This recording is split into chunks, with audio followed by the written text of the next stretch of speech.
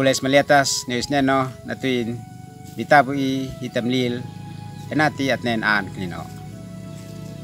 Le anfani on lasi mapalulinekap na ko kanal YouTube YKB GKI TV mana hunun nati ar kitnen an alakit one.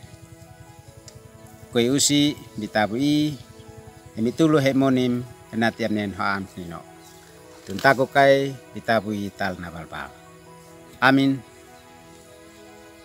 Babe ni manekat pi manekan usif Yesus. Ang klino nenui tatnen mabiti anbi sulat na Petrus tiul ahunut nakamese ela bosantion talantia bosamne le ini nakanak lasi klino. Maantupus niukit mabiti anbi nela bosamnin inhananak.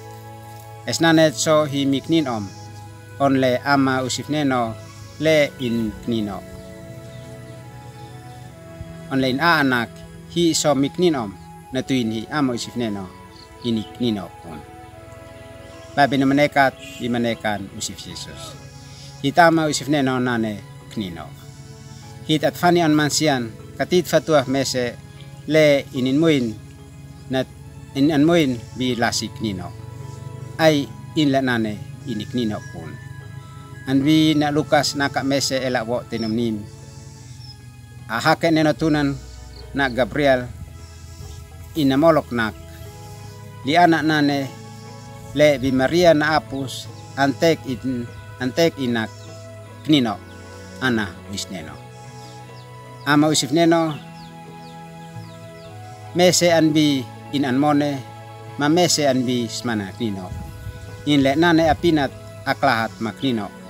Esnanet inle apinat ma aklahat mes not ma namnaiba nani mansian asanat.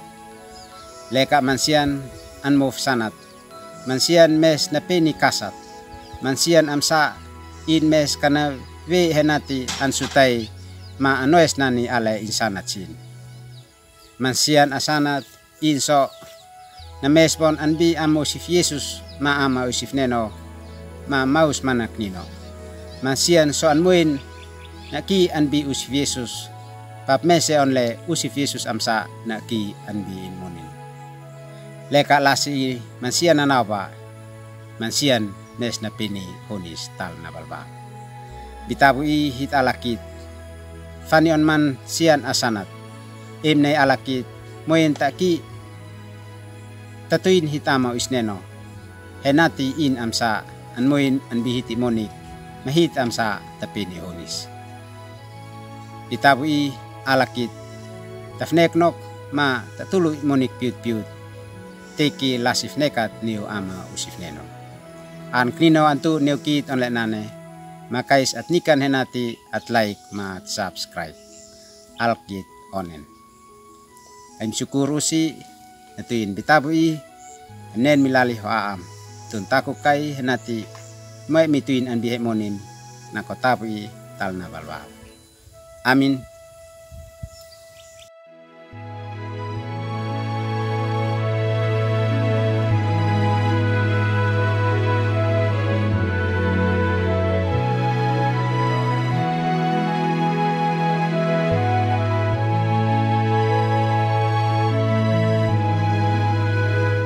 Sahabat, mari dukung pelayanan dan pekabaran Injil melalui YKB dengan membagikan link acara ini kepada sebanyak mungkin orang.